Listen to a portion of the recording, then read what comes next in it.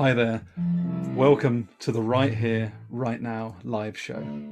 This show has one simple question. What's on your heart and mind right here, right now in this moment?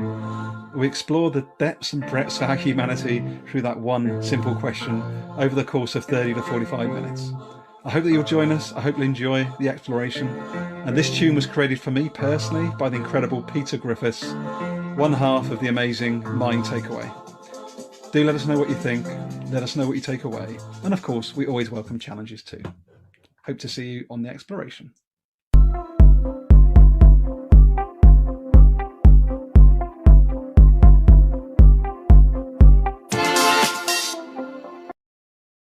Hello, good morning, good afternoon, good evening. Most importantly, hey Paul McCarthy, the first ever returning guest to the Right Here, Right Now show. How are you doing, my friend? Gary, hello. Nice to see you again. I'm doing all right. Doing okay. It's Friday over here, and it's been a long week. But always good to see you again. Likewise, my friend. Well, I'm really intrigued. Let's say I've been observing your emergence over the last several months around your FIDE leadership work. So definitely want to go and dive into that again. For anyone that's joining us either live or watching this back, do check out Paul's LinkedIn site. You can see it below. And before we get going, for those that may not know you, Paul, just give us a little bit of a 2-minute lowdown. You know, who's Paul McCarthy, what you're working on, so people can get a bit of a sense as to the seed for our journey today. Yeah. How to condense that in 60 seconds or less.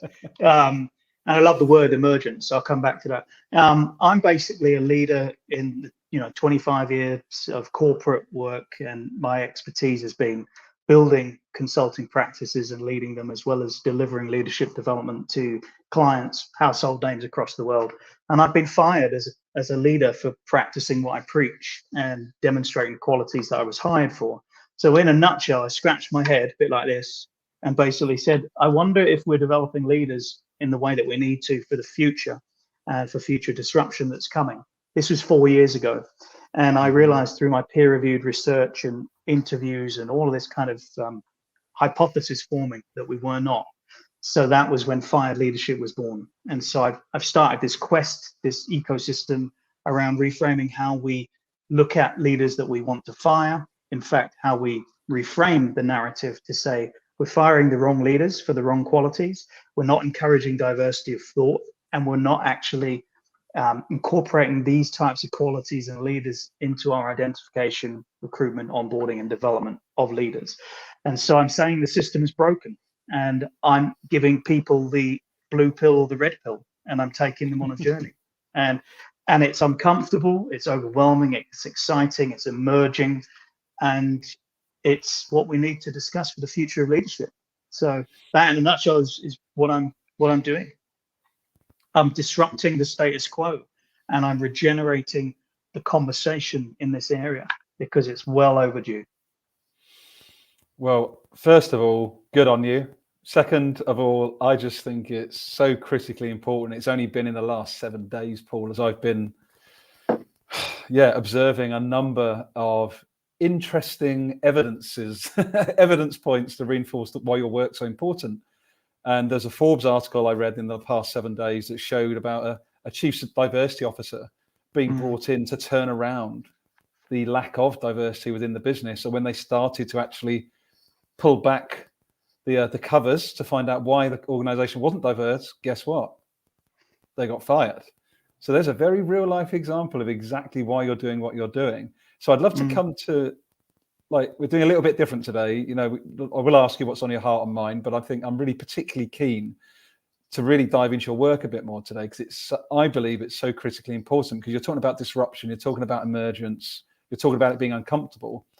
This is not what we teach in business school, right? No. We don't teach leaders how to cope with disruption, ambiguity, organizational politics. We don't orientate them around the real workings of an organizational structure.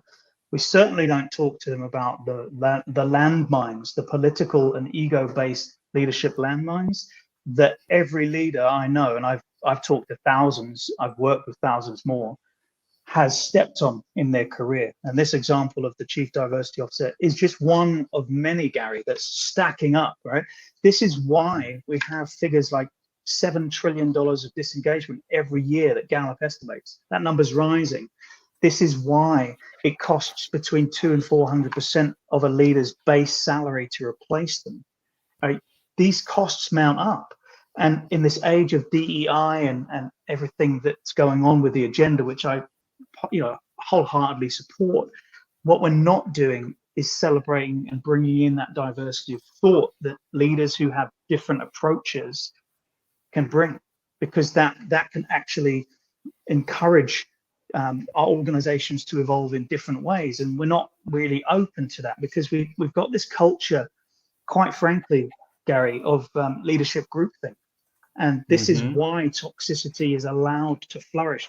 I'm not going to go into it, but this is why organizational politics is such a key issue to discuss. I mean, I'm starting to see people on other podcasts who are great people, reputable in their areas, but they're trying, and I knew I was going to go down this path, so full admission, they're well-intentioned, but they're trying to normalize the dysfunction that it's okay to ride the political bandwagon. Toxicity is all part of the game. It's not. My role is to open the kimono and unveil the truth, because we're all in this system and we all have a choice on whether we encourage it and or try to shift the narrative within it. So that chief diversity officer you talked about, Gary, was someone that was exactly a fired leader, a leader who has the 5 qualities of the fired leader. And they were doing what they were hired to do. They're doing what they said they would. They delivered what was on the tin. So I'm sharing right now an example. So this is the article in Forbes. Amazing human being, Janice Gassam. You can find on LinkedIn. And she speaks really, really clearly, very eloquently. How do you change from the inside out? And here, look, too often individuals are placed in chief diversity officer roles and the senior leaders do not really have the intention to give them the power to make actual change. Now, that's the point I want to sit on, right? Because I think what you're speaking to with fired leadership is a redistribution of power. It's a very intentional, you who hold the power in the past, you can still be very important. You can still make a huge difference to your business, but it's no longer just about you. Exco member, CEO leader. It's about you plus. And are you going to give up your power to allow those other people to rise in and around you so that everybody can drive forward in a healthy, inclusive way? That's what I'm taking away. Feel free to add, build, or challenge on that, Paul. Yeah, Gary, the first thing I'm going to ask you is, why are we still talking about power? Like, the future organizational structure does not actually state that we will use leaders in a way that's hierarchical to enforce power dynamics and divisions. So without going too technical into years of work, we're facing a shift, not just in our narrative about leadership and the roles that we play in organizations, but about the actual macro level organizational structure. So we are shifting from draconian, hierarchical, matrix-driven organizational structures to this concept of self-managed. So I say this on every podcast, every interview, anything that I can get an opportunity to talk about it. People think there's this fluffy notion that, we're just going to all come to the office, sit on beanbags and sing Kumbaya in a self-managed structure. No, this is devolving power structure. This is delegating decision-making to different levels in the organization. This is actually encouraging the creation of organizational structures to be more like a rainforest ecosystem with separate P&Ls, with this kind of networked approach, rather than, Gary, you're my boss, I have to answer to you and make sure everything I do aligns with what your vision is. They're the old days. I keep saying, for anyone that will listen, and I've come through my emergence on this journey to embody where I am now, and that's this isn't a plug for you at all, but that's in no short order that you've helped me with this in my journey, because you've helped me reframe how I approach the world with my message, because I wanted to come straight at it and say, the system's broken. we need to shift the narrative. I want to throw a grenade in the middle of the room and blow this power dynamic up. The world's not ready for that, right? We're teetering around the edges. So in my journey that you've helped me on to articulate where I am, I'm building the audience up. I'm saying, isn't it time that we awaken to the fact that we live and we lead in a dysfunctional, toxic, quite corrupt environment? Okay, now that we're awake, how much are we aware of this and the impact of this on our leadership style, our approach to actually getting things done in an organization? Once we're aware of the true extent of that, we can then make a decision because we've emerged, we're acknowledging it. We now realize that our end-to-end leadership systems are rife with dysfunction, rife with politics, rife with power dynamics, unequal power dynamics. And then we get to a point where we've taken normalized dysfunction and we've reframed the way we see our organizations and our approach to leadership. And we've now started to incorporate things like disruptive and rebellious leadership qualities. So in the old world, we see those qualities as challenging us and offering too much of a dissenting perspective, like this chief diversity officer did, is not welcomed. Well, I envisage a world where that is welcomed, and we've reframed disruption. So those disruptive qualities leaders have become the norm in the future, culminating in reframing our whole approach to leadership. That's where fired leadership comes in. So you taught me, Gary, whether you knew this or not, I wanted to go for the jugular. You taught me to stop, slow down, slowly emerge so that I can truly embody the work that I'm taking out to the world. And I've done that. And it's been painful, exciting, overwhelming.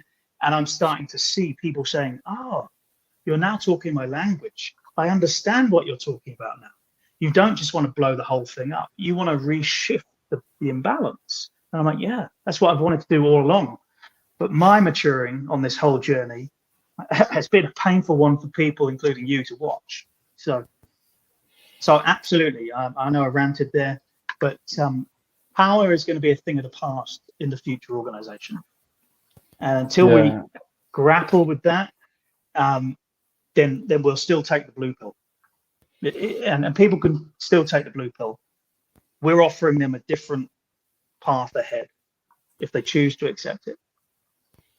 I love that so much, Paul. I've got so much I want to reflect on. But first, I want to acknowledge Kathleen. Thanks for popping along. Great to see you. Cheers for being a disruptor. We need t-shirts. I love that so much. We're getting them, Kathy. We are getting them. I'm telling you, you're part of the tribe. We're going to get them. Definitely. I'm looking forward to seeing fired leadership on everybody's top. I love it. The very cool thing, and I want to really point this out, it's so important. So one, yes, totally agree with you. It's not about the old type of power. I guess I'd put a little bit of a thing in the mix around there will always be a power dynamic because we're human. There will always be an interplay, like there's always going to be a perception of power, whether it's true or not. And I think it's a case of how do we actually, like in a self-managed organization, as I'm learning, it's the agreements we have with one another that we are conscious enough to know that if we're starting to overstep our mark or we're starting to exert privilege, for example, me as a white male, you as a white male, there is naturally in our socialized systems as power imbalance without you or I even saying anything. That's just the way it is at the moment. But that I believe with self-management will change over time. People will start to see each other as fundamentally human using your fired methodology because it gets rid of all of this noise. And that's why I'm so excited about what you're doing is it's a really beautiful framework to go, actually, let's put the power over here, whatever our perception of it is, on the side of the table. And now that's an energy source. What do we now want to use that energy for together? So, Gary, can I come back to something? Challenge away, please do. I don't normally go down this path, and it's not in my philosophy to kind of make this about race or gender or the DEI agenda. I celebrate, I endorse it, I encourage it. It scratches my head why we need it, because why aren't we all equal in the world that we live in? But that's my anthropological background coming in. But I was taken down a path by a very well-known influencer who's part of Thinkers 50 now. Great chat show host kind of approach and really, really quite accomplished in what they do. And we went down this path, and I didn't want to do it at first because the fired leadership qualities and my work transcends boundaries. It's not about white male, female, someone with one arm, one leg. Personally, it doesn't matter to me. That's agnostic for what I'm really doing. I'm trying to have the conversation at the higher level, which is the systemic and the institutional dysfunction. Why do we have these labels in the first place? That's what I'm going to. I'm going up a level. But I want to come back to this point about, so I'm a white guy, right? So I inevitably have this, the perception is that I inevitably have more privilege than others. But on this particular discussion that I had with this influencer months ago, they had made a judgment about me because I'm white, that I was the same as every other white guy. I'm Irish. And did you know the persecution that Irish people faced by the English? You'd probably do because you're from that part of the world. But there's an assumption that's inherent that if you see someone of the same skin color, their experiences must be all the same. But the Irish suffered great persecution. They're not a race, but they suffered excruciating pain because of their beliefs, their religious beliefs, their philosophies. So I think we're in this in danger of actually oversimplifying and overgeneralizing. Hey, you're a white guy, you've got privilege, you must be the same as everyone else. No, let's reintroduce conversation to the mix. Real purpose-based, meaningful conversation. I'm intrigued about you, Gary. I don't look at you and see the color of your skin. I want to know what's in your mind, your thoughtware. And that's what the future currency for leadership is going to be based on. Not the outward extrinsic characteristics of you. I think that's important to acknowledge and have these discussions, but we're over politicizing to the extent that we're missing out, I think, on the most important thing, which is how do we encourage and celebrate diversity of thought and thinking? And how do we create the conditions to encourage, in fact, I'll scrap that, mandate that every single future leader dares to think and act differently? How do we do that? That's my BHAG. It's brilliant, and I think we're speaking, I believe, to the same point, but it comes from a place as well of acknowledgement, and it is about curiosity, right? It's about curiosity. Oh, here's Lucy. Lovely to see Lucy. More curiosity about each other. Love it. Absolutely. Lucy Bramley. And I think, but the thing is, I want to hold space for like another part of this, which is why I think your work's powerful, but also I'm going to add an extra layer of complexity. Because this is also the work that we did, right? Is actually how do you hold space for complexity, for emergence, for the unknown? Because every other system that currently we exist within is about assurance, is about guarantees, it's about results, it's about ROI.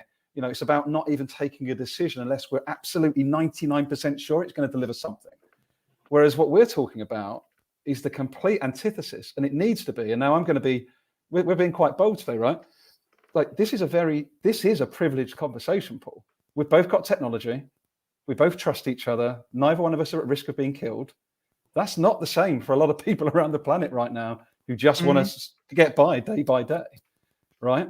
So that's why I think but the point of what you're doing is critical, because the more that we come from that elevated, highly conscious, connected, inclusive, curious state, then we accelerate our humanity, collecting without a shadow of a doubt.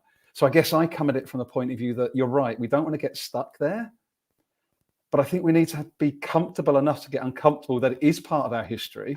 It is where we are. So how do we actually progress to fired leadership, but without avoiding the sometimes need to be in that melee, but still holding on to the absolute, it's all about this. It is at a high level. It's a high frequency. But how do we acknowledge what's gone, like where we are, whilst being on that journey? So I think there's it's an and thing for me, not an or. If that makes sense. It's always an and. It's not an either or. And for me, what you mentioned there is key, which is how do we hold the space? So how do we create the conditions to hold the space for discomfort? We don't teach that to leaders in leadership business school. No one gets the memo on that one, right? You just turn up and you're put into this environment, and it's like, Oh, there's a meeting before the meeting. You're not invited. Oh, so what culture does that create?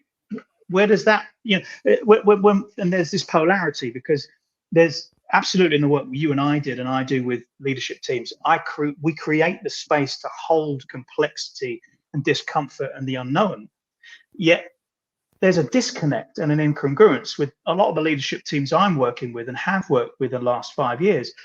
When you go in with that lens, the typical responses that you get, Gary, are, oh, a consultant here, tell us what to do and sing Kumbaya. Or we get the rolled eyes. Or my favorite one, you're the guy that's been sent in to keep us happy.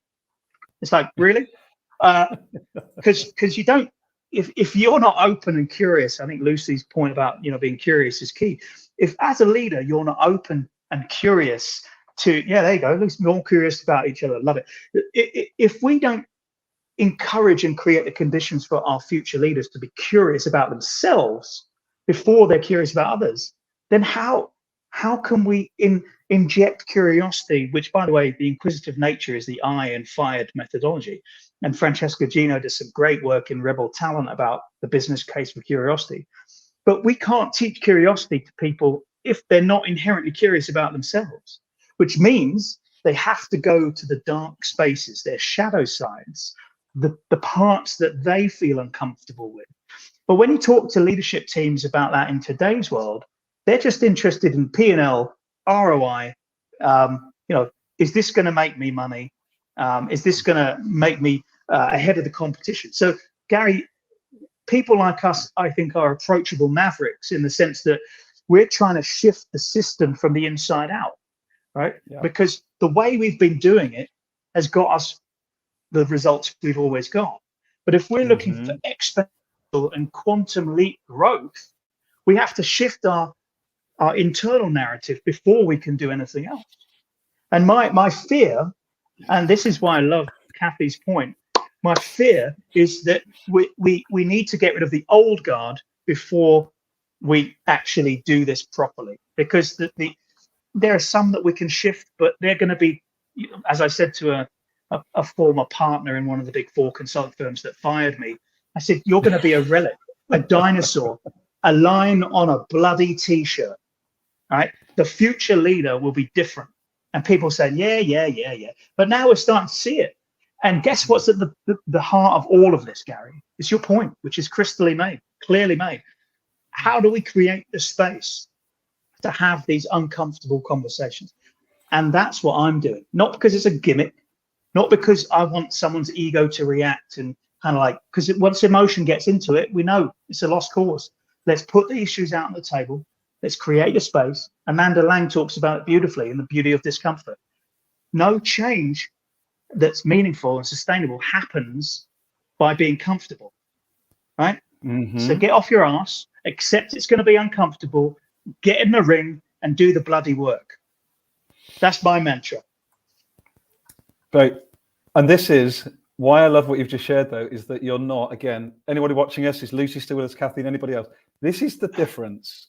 The difference I've seen in you in the last 8 weeks is you've had the vision, you've been modeling it, but your clarity. There's a clarity and an energy and an integration in how you speak and communicate this vision. And I'd love to, any questions, Kathleen, Lucy, anybody else, any challenges, throw them into the mix. We don't want this just to be Paul and I. Do feel to chip in. Oh yeah. But that's what I absolutely love, right? And that's why this is so important. I'm going to, because there's one other thing that's on my heart and mind right now with all of this stuff. And Lucy will know this as my co-host of the Inside Out show. This big system stuff, you're looking at the organizational system, right? I'm then looking also at the climatic system and the sustainability of our human race on the planet. We've got this ESG thing, right? Environmental sustainability governance. That's another area ripe for FIRED leadership, right? Because we're just coming out of COP26 in the UK. Who are the leaders that are representing FIRED leadership? There's what is she 18 now, Greta? There's 21-year-old boys, there's 23-year-old women.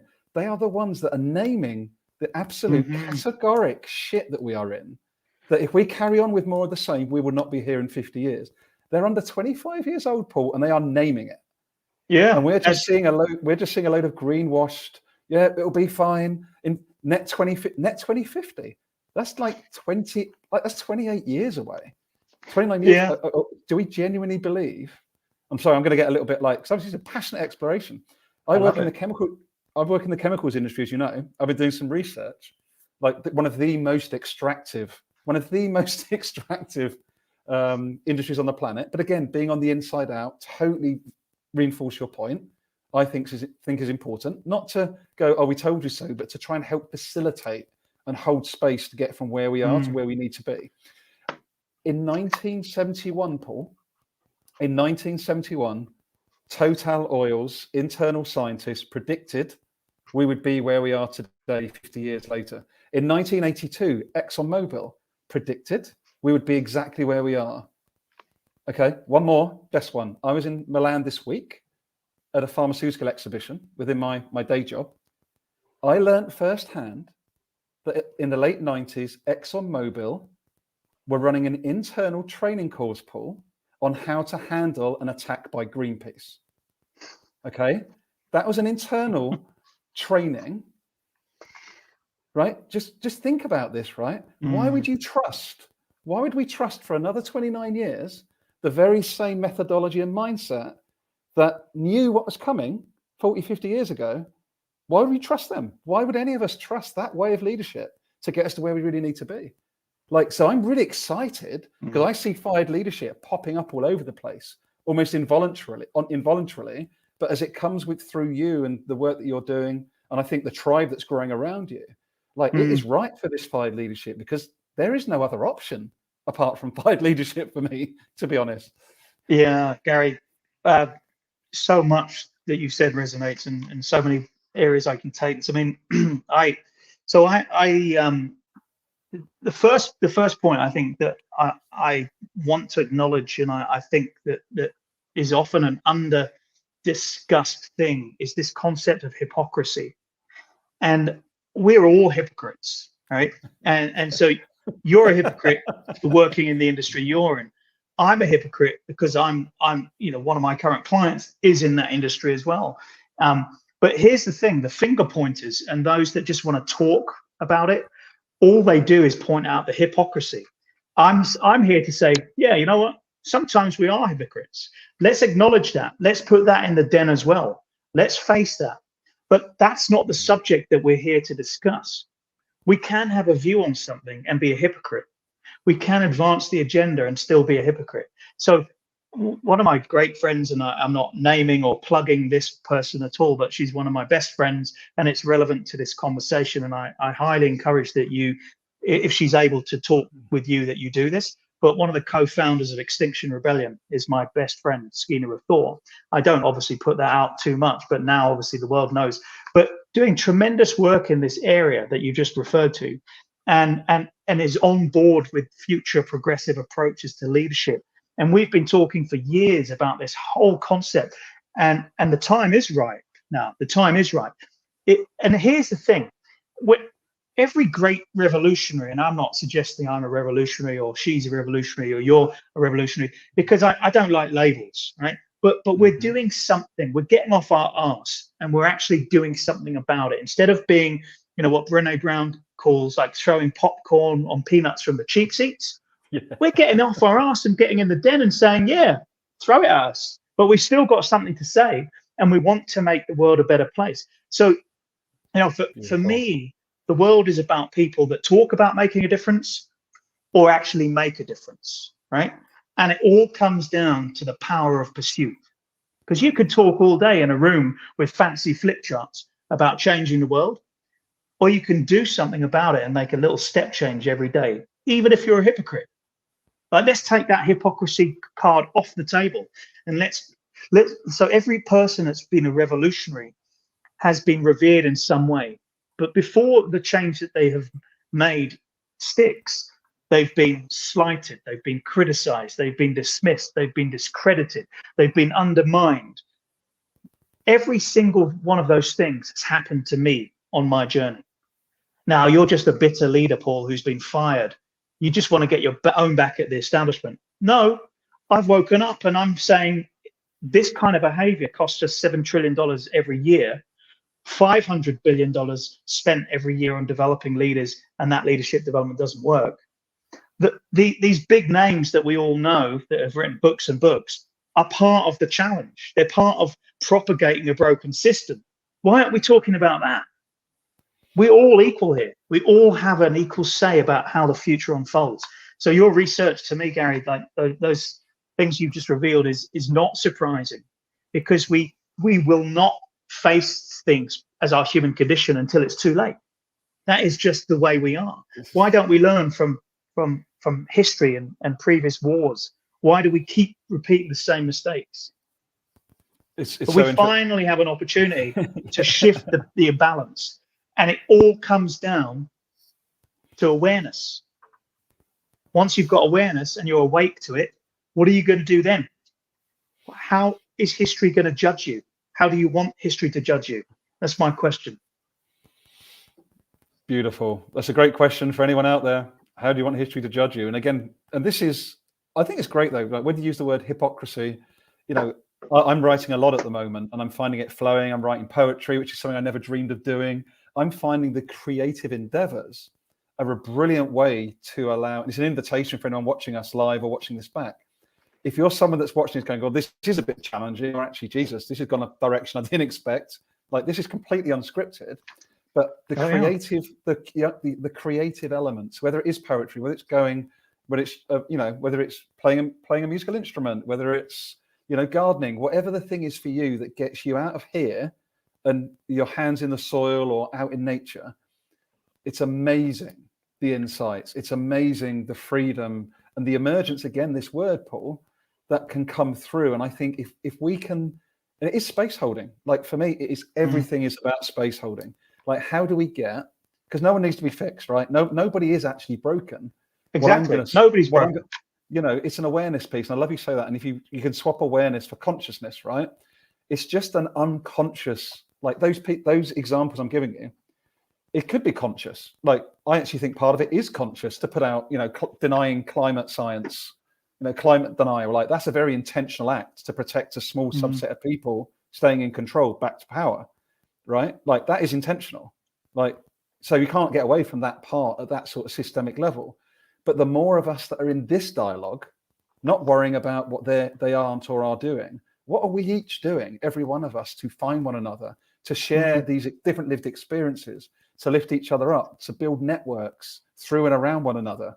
Because there is nothing, back to your point about self-management, that's what I'm really excited about. Like, if you look at Extinction Rebellion, whatever your view is of them, they've got a one-page manifesto around self-management, how they self-organize. 1 page. They don't have they don't have 100 address code and like, you must be in work at this time, or if you fall out with your manager, go to these 3 people. Like, they've got one single A4 page around how they organize themselves, and look at the impact they've had in the last 5 years. It's just fascinating. It's interesting because my first of several books is kind of completed, and that's a whole other conversation about anyone that thinks it's easy to write a book. DM me and I'll set you straight on that one. But one of the synopses that we've got on the book is everything you need to know about leadership on a post-it note. Right, pretty much is what my manifesto of fired leadership is. Because gone are the days where we go to Henley Business School or INSEAD or and we go in and we have like reams and reams and days of learning. We don't. Again, the other thing that my work centers around is the fact that the future of how we learn is shifting as well. And so these 60 second, believe it or not, 60-second soundbite kind of learning mechanisms are very popular these days. So just wanted to acknowledge that. But one of the things that I keep coming back to when we talk about emergence, why am I emerging? I ask myself that every bloody day. And the reason I'm emerging is so that I can ascend, right? I'm ascending to a future that I want to give to my great-grandchildren who become leaders, right? I don't want them to have the same mess that we have inherited. I want to empower and people have to be awake before they can be empowered. They have to then decide what to do. And so the whole reason we're doing this whole, whatever you want to call it, is so that we can shift our thinking. We can disruptively regenerate the future of leadership by injecting a counterintuitive approach to how we need to develop leaders. And so the eye on the prize is this big picture thing, which is, why are we doing it in the first place? It's not for ego. It's not for commercial success. It's not for notoriety. It's to leave this environment in a better place than we found it. That's exactly why I'm doing what I'm doing. And I like to think of I use this mantra around Eleanor Roosevelt described, like, there's 3 levels of kind of thinking and the way we act. And those who know me will probably roll their eyes at this, but this is what it really means. Level 1 thinkers are those who just talk about, they gossip. They talk about people. They talk about he said, she said. Right? Level 2 talk about things and what's wrong with the world. And level 3 talk about ideas and what can change the world. I operate in level 3 space. I drop down into all of the levels like we all do, but I would love to encourage people to review where they think on a daily basis. You spend most of your time talking about people like, oh, look, he dropped that, he did that. Why don't they do that this way? Do you talk about things? Oh, look at what's happened. Someone said to me the other day that they don't like the Queen and what the Queen represents. Okay, that's great. But if you want to stay in that space, stay in that space. But think about something bigger than you, which is what are we all doing this for? Like, why do we get up in the morning? Like, what is our personal mantra? So anyway, I just share that because it's really what's been pulling me along for the last 4 years on this quest. This different way of thinking, and it's not conventional, and it can annoy people and frustrate people. And if those people aren't open and curious to that, they miss out on a whole bunch of stuff. So exciting, mate. We're going to start to wrap up shortly, but I've got to give some great comments coming in here. So Lucy shares, I saw a lot of toxic positivity at work in the leadership team where she was before. We couldn't go into that shadow side, maybe a problem of where she worked, or do you think that's actually quite common? Yeah, Lucy. Oh, I just jumped in and start to answer. But if you want, do you want to answer, Gary, or do you want me to? No, go for it. No, chip in. Yeah, Lucy, I've seen this hundreds of times with leadership teams. Depends on their level of maturity as leaders, as well as a leadership team, but also the culture that they've created. Because if there's 10 of us in the leadership team and one of us comes in with new ideas, the other 9 will, I've seen this, they categorically kind of oust or kind of dismiss that idea.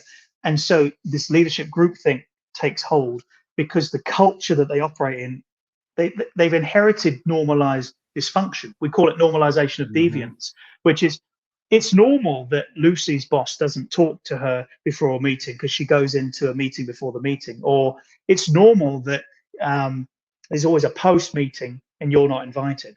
Like, we've accepted things like that, silo-based leadership culture, as normal, but they're not normal. So I think the answer to that is it depends on the level of leader self-maturity and awareness, also the culture of the leadership team, but also the organizational culture. And again, none of this, we can't talk about toxicity unless we actually get people to awaken to the fact that it exists. And that's a hard thing to do. It's a really hard thing to do. People have, this is why stress, burnout, mental health challenges, there's a reason why we have all these things. And I'm convinced that a key part of it is because we won't talk about toxic workplace environments. Do you know something? And I'd add to that as well. Probably maybe a bit too simplistic, but I really believe it. Not only I'm still in the corporate space, as you know, and as for my global network, Paul, there's an inability or a lack of desire to slow down and to feel. Like, for me, that's categorically the biggest thing. Like, as long as we're busy hitting the next target, we can avoid that feeling of fear or that feeling of anxiety or that difficult conversation. Like, that can all be avoided by being, no, next meeting, no, I've got to be on this plane, no, I've got to avoid the. It's almost as if, and I know because I was there, 7 years ago. Like, we are in the workplace, certainly in the West, probably the average of about 9 years old. Like, we're not even hit puberty yet in terms of our level of consciousness as a collective human race within the workplace. I genuinely believe that, because the behaviors that we're describing are adolescent, if not childish at best. So, you know, what would it look like, back to your point about getting to that top level, what would it look like to be able to come together and actually say, hey, Paul, I can see you're really, really struggling. Or like, I've heard, by the way, as I heard literally a couple of weeks ago, shit, but I didn't realize, what, you're having to take tablets just to get to sleep. What do you make? What, you're saying that your wife is not the wife you want to have anymore? You were fine 3 months ago. Like, where do these leaders go? Like, how do they get the vulnerability to try and even start to express that type of internal bodily reaction that they probably don't even realize what their body's telling them?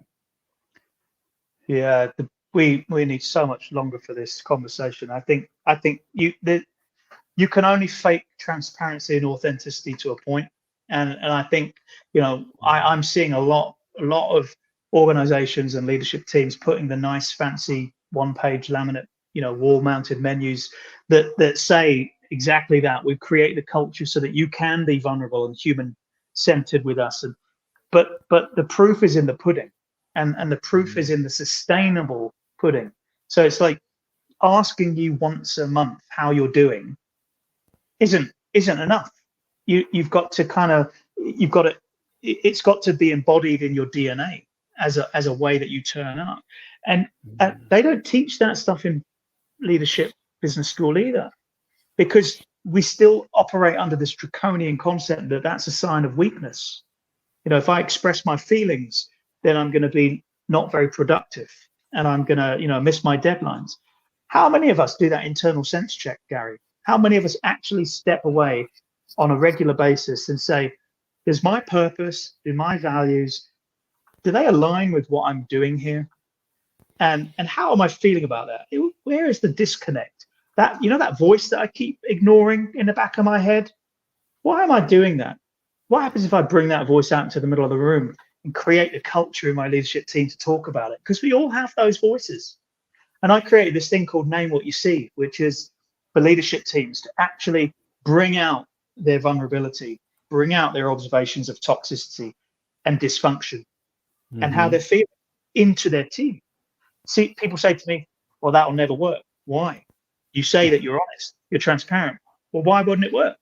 There's a complete disconnect. And until we face that reality that we are incongruent, that we are contradictory and we are hypocrites, right? I mean, there's a reason why there's no commercially successful book from one of the main publishers around the world that has leadership and hypocrisy in the title. There's a reason for that. There is an absolute reason for it. I love that. Until we face that, we're just building a castle on quicksand. We're just putting a band-aid onto another wound, different shade of lipstick, same pig. Paul, it's like you say, we could have 3 hours today, I think. It's absolutely, but this is like what I hope people observe from this, whether you're with us live or watch this back. We are not actually being critical of anybody. We are challenging the system, like the system that perpetuates. There's a book that I'm reading called Hospicing Modernity. It's a very, very tough read because it's by someone an academic based in the global south. And what they're talking about is we are all, back to your point about, you can call it hypocrisy. I call it paradoxical, you know, same thing, named slightly differently, is we are all of these things, right? I care passionately about turning around the climate challenges. I care passionately about more vulnerable leadership, being more connected to ourselves, others, and systems. But I'm still drinking out of this bottle while I'm having water in this chat. I'm still speaking through a laptop that's literally made of rare earth metals that have been extracted from a mine in Africa, probably displacing a local tribe. So, you know, all of this stuff is actually connected, and it's how do we get comfortable with that uncomfortableness so that we heal. Yeah. Because if we don't feel, we can't heal. And look at that for a little rhyme. That's the first time that's come out. Put that in a poem. Gary, just before we wrap this up, there's a couple of points I wanted to reiterate and maybe make a new point. Everything that we're doing in my practice and the fired leadership, because fired leadership is one component of a bigger picture that we're working on here. But everything we're doing it takes at its core that we're not blaming anyone here. We're holding no judgment. We're not being critical, to your point, of those that have been in these positions that have propagated this. You know, what we're saying is let's level the playing field. It's time for a new conversation about the future of leadership. And it's time for one that puts egos aside. So if you can't, and I say this to any leadership team that I work with, if you are unable or unwilling to put your ego aside and you think it's a slight on you that we're doing this work, I'm not interested in talking with you. You're not part of the mosaic of the future, quite frankly. And so that's no judgment. What I'm saying is that in my worldview, I come at it from a place of openness, curiosity, compassion. Now, my compassion, as you know, Gary, on our journey together, has evolved, right? I was angry a few years ago, but I'm now much more empathetic and understanding of some of the challenges that people that are in a broken system face. And I want to support, but it's not from a place of judgment or finger pointing. And the second point, the other point I'll make, and then I'll be quiet, is those, when we do get to the table to have the discussions about discomfort, that just want to point out the hypocrisy, that is a smoke mirror, a smoke screen. It's masking our ability to have the real conversations that matter. So those that just want to focus on the fact that, like for instance, Piers Morgan, don't know him from Adam, but when my friend Skeena was on his show, the only thing he focused on was her hypocrisy, that she traveled to the studio in a car which had unleaded fuel. He wanted to focus on that, which is fine. He's got an audience for that. But that detracts from our ability to focus on the level 3 things that Roosevelt talked about, which is the ideas. How can we change the future if we won't let go of the fact that we're all hypocrites? We need to think about the ideas. And so that's what I would encourage anyone listening to this live or playback to do. And stop beating ourselves up. We're in this mess because of us. We can get out of this mess because of us. Well, I think that's like a little boop, mic drop moment for me. I think that's a beautiful. That was pretty damn good, mate. That was pretty damn good. That was and really, not even rehearsed. No mate. rehearsal, no agenda, nothing. When you speak from the heart, nothing can go wrong. I said that at my granddad's funeral, Gary. Packed auditorium. The priest wanted to censor what I said as part of the eulogy. I said no, because when you speak from the heart, nothing can go wrong. Boop. Mic drop number 2. Boom. Oh my word. He's on fire, this boy. You can see what's happening today. But no, genuinely, I really appreciate your work. Like I say, thank you, Kathleen. Yeah, look at that. Just absolutely spot on. It all starts with the individual, then the culture emerges. Absolutely. Always love Lucy. I'm nodding away here. Well, let's create this ecosystem of nodders, but people that actually do something about it. We are the tribe. There's more of us. So what's stopping us? Yeah, no, it's absolutely right. And I think, and again, this is the point, right? It's to be action orientated. We're actually looking at how do we drive, how do we connect, how do we reimagine together. But I want to put a final point in from my side. Is there's something I'm going to be looking to create. I want to put it out there, and I'm inviting Kathleen in, I'm inviting Paul in, Lucy, anybody else that's interested. And I'm calling it Dream State. And what that means is it's a slight play on words. I'm getting it developed by my graphic designer based in Brazil, Anna Dinardin, who's amazing. She's done all of my branding for the Hexo Change business. And what it is, it's DE, which represents degrowth. So how do we move to a degrowth paradigm, not a growth paradigm? How do we decenter? How do we decenter ourselves in the West? And what I mean by that is not reduce our value. What I'm on about there is how do we put the people that are often unseen and unheard into the center of our dialogue? So those communities where we are extracting raw materials from that we often don't think about, how do we center the unknown and unseen into the space? So that's the D part. The re part of dream is re for regenerate. So how do we regenerate our human spirit so we can regenerate the planet? How do we rewild our thinking? How do we rewild our imagination? How do we rewild how we connect to nature? Yeah. And how do we recover? How do we recover from this addiction that we all have to modernity, to ease and convenience and quickness and fastness and nowness? So those are the 5 backbones of what's going to be these dream conversations, right? So it's going to be a bit about reduction and reduce, a bit about reimagination and regeneration, and then the aim bit, which is why it's a bit of a play on the word dream. It's more like dream. But the point is, the aim bit then is action. So what are we actually going to do as we come together into these virtual and in-person spaces to imagine what we can do with less of and center the people that we don't hear and see? How do we regenerate the human spirit, rewild our thinking, our connection to one another and systems and others? And then how do we actually take action towards whatever we're co-creating in these virtual spaces and in person together? Is that a space, Paul, that you'd be interested to be in? Love it. Gary, it's actually a space I'm in at the moment with one of my models, which you can steal this model if you like, because we can share. We can share. Because this is the other thing that I noticed as well. I've got to go on another rant here, but and I'm coming back to your point here. But so many of us are proprietary orientated and worry about IP and all this these days, right? If we share from a place of abundance rather than scarcity, then the universe will reward us and it will come back thricefold. So here's my suggestion to you, Gary. First, I'd love to be involved. And second, leverage the model that I've developed and we can co-create this and evolve this. But I call it the 4 R's. And picture a Venn diagram. Rethink at the top, reimagine, reinvent, and at that sweet spot is regenerate. So my whole approach to my work is basically taking that model, and I think it fits beautifully in what you're talking about here. And I would also say one other thing, and then again I will be quiet. I've done a lot of work with indigenous communities around North America, and in particular in the Northwest Territories in Canada. And for anyone that's been up to those parts of the country, you want to talk about mic drop? It's absolutely, it mesmerizes me, the intelligence, the infinite intelligence that indigenous peoples have.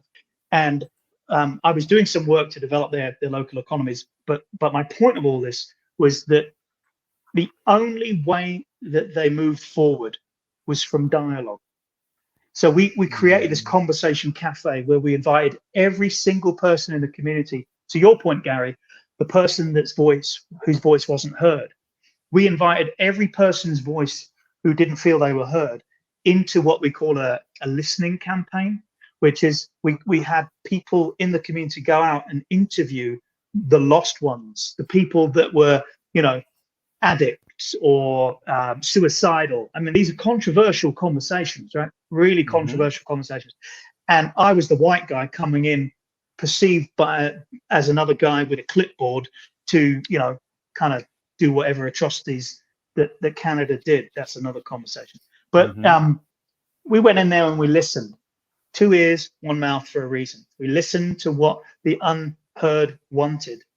And then we completely regenerated our approach to economic development based around that. The result?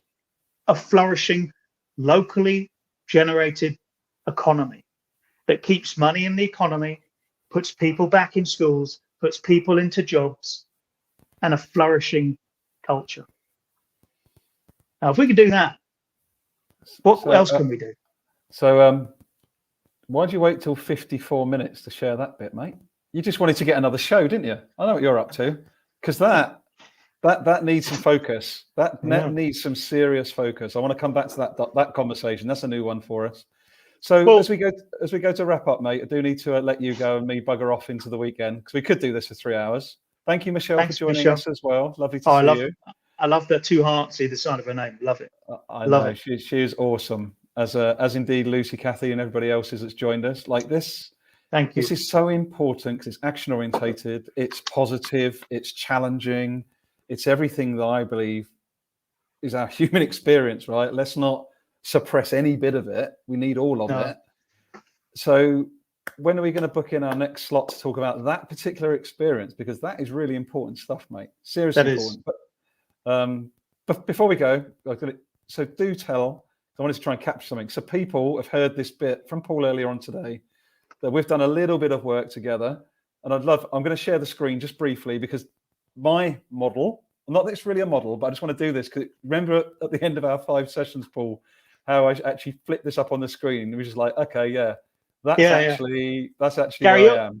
You're just doing this because you're going to get another mic drop here, aren't you? This for me in our sessions was the culmination of our work, and everything that we had done in our sessions together culminated in this piece in the middle. I can't see the actual screen, embodiment. But the embodiment piece. And so for me, as a pathfinder, you are exceptional in actually meeting me where I was, using the language that I use to get inside my head, which, believe me, is a scary place to be sometimes, and actually bring me along this journey in a guided, sensitive way, which was non-judgmental and actually has allowed me. So I'm so glad you're sharing this, because I've actually used this since our sessions, and it's a litmus test for me. So I really appreciate. No, I appreciate you adding the comment, because the reason I wanted to share this for people is that this is just what we call a heuristic, right? It's not a model. It's not you do 6 weeks with this particular section. It's literally a way of being, which does lead to that embodiment. And I think why I wanted to share this is that everything Paul and I are riffing on now, we wouldn't have been able to riff on, I don't think, 8 weeks ago. We get on well, we trust each other, we like each other's work, but there's a different depth to our connection now. Not just because we've worked with each other, but we've gone to this different awareness of what we're both here to do. And I think we're both embodying the work we want to see more of in the world, right? And that just brings this completely different vibrational ability to weave. Like, what have we gone through today? DEI, sustainability, systems, leadership, culture, like from a completely zero script. And I just think that's a gift. Like, and I want to thank everyone for joining us. And I want to thank you for showing up, mate, before we jump off, because it's just, thank you. I just think this is what's possible. Imagine a world of 7.8 billion people being able to show up as we both have and everybody has on this conversation for the last 60 minutes. Imagine if that was the norm. Yeah, and I'll tell you what else. Imagine this for a big BHAG kind of concept as we wrap this up. Imagine if we create the conditions for that, right? And there'll be some naysayers that say it will never happen. All right, great. Heard you. Thanks. Time for blame is done.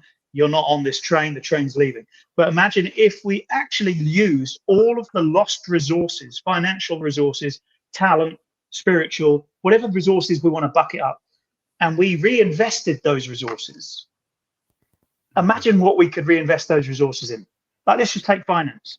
If we didn't have $7 trillion a year disengagement, that's more than some of the GDPs of some small countries, Gary. Imagine what we could do to elevate our consciousness and our leaders to the next level. Imagine. It's brilliant. And one of the first things I do is divert that money to those that most need it, who probably haven't got a roof over their head. Like, just get a roof over everyone's head. Unconditional basic income. Put it on that. Boom. So there we go. There's another lens we can go down. So, mate, I appreciate you, my friend. Thanks for showing up. Thanks, Kathleen, Michelle, Lucy, anybody else has joined us. If you watch this back, challenge us. Tell us what you think is absolutely stark, raving bonkers about what we've explored today. Like, what's your view of it? What's right? We're not trying to be right here. We've just both got an absolute deep inside of ourselves belief that connection and debate and holding space are currencies which are, funny enough, completely free to us. We've just got to want to do it, right? Yeah. And that's the thing, Gary, the other thing about challenge. I mean, we only grow from challenge, right? So we've got this concept in our head that challenge is a bad thing. But, and a lot of the thought leaders that you and I both play in the same space with, they're one-sided, nothing against them personally, but they don't engage. And this is where the gold is, the engagement. This is where the key to our evolution is. So if anyone wants to challenge me and say, you know what are you smoking? You're crazy. You must be out on a limb. Fine, I'm here. You know where I am. Contact me, and I'll definitely converse with you. No issue. I love to be challenged. Now, do I always feel like comforted and cherries on top kind of thing with the challenge? No, because I'm human. But if we don't challenge each other, we don't grow. And if we don't challenge each other, we're in a dictatorship. And that's not what we're doing. We're actually evolving humanity through the work we do. We have a different lens, but we're doing the same thing. Happy weekend, everyone. Well, that was I'm going to go get some Eggs Benedict now. Eggs Benedict. Go and get some charged up, on fire. Brilliant. Again, Love it. I really, really want to appreciate all of you coming along, Michelle, Kathleen, Lucy, for really engaging with us as well, really sharing your insights. That's Kathleen. It's time to have the difficult conversations. Conflict actually leads to growth. Yeah, thanks, Kathleen, 100%. Reinforcing your point. And it's hopefully people are seeing this. It's fun, right? Yeah. It's boring just going, noddy dog. Yeah, I'm afraid I might lose my job if I speak up. I'll just lose myself for the next 12 years. Like, seriously, please, please, please. And I put a post out actually earlier this week. Don't wait to lose a loved one. Don't wait to get cancer. Don't wait until your mental health is so destroyed that, these things all happen for different reasons. But quite a lot of it, back to your point, is an inside out, as Kathleen mentioned. If we're not going inside and understanding our stories, our feelings, our emotions, what triggers us, what we care about, if we're not doing that bit first, the outside is always going to be a mess. Just will be. So please go inside, but do it with curiosity, lightness, fun, challenge, and debate, and come and get involved with us. We want to do this. And if any of you want to join us, when Paul and I do this again, and we will at some point in the next few months, come and join us, Lucy. Come and join us, Michelle. Come and join us, Kathleen. We don't want it just to be a Gary Paul show. If you want to be in this debate, this exploration, join us. I really want to evolve this platform to be something that's more. This is probably the first time, actually, Paul, that it's been a bit more. I try and hold the space for the guest, but I think this sort of more back and forth dialogue is probably hopefully a bit more interesting and a bit more sort of thought provoking. So if we can bring more people into the space, that might be fun as well, I think. 100% agree with that. I think we get nuggets of wisdom from each other when we riff, and you went back to Extinction Rebellion's one-page manifesto. It's all they need, right? They don't need reams and reams. Same with our thought-provoking conversations. Kathy comes on, Lucy comes on. They'll challenge us. I know you're in. I'm getting the t-shirts made. I'm really getting these t-shirts made. But when we challenge each other in the moment, it stops us because we've created the environment of trust and care that we can actually evolve ideas in the moment. We don't need a timesheet code for this stuff. We don't need permission. We are the permission, and everyone is welcome. So why not? What's holding us back? Nothing. I love it. And what a brilliant way to wrap up the Right Here, Right Now show. Second time with Paul on it, and there'll be more times, because this is the beauty of technology. Yes, it's a paradox. Yes, we do have to have, there are extracting materials that make up this computer, but we are going to get there. We are going to get there. And I think the more we can come together and share stories like this, Paul, and that's what we've done, right? This is an exchange of stories. It's not an exchange of judgment or being right. It's an exchange of experience. And I think, wouldn't it be lovely to exchange experience and not have to trade off the back of one another, and instead trade alongside one another? I just think that's so much more exciting.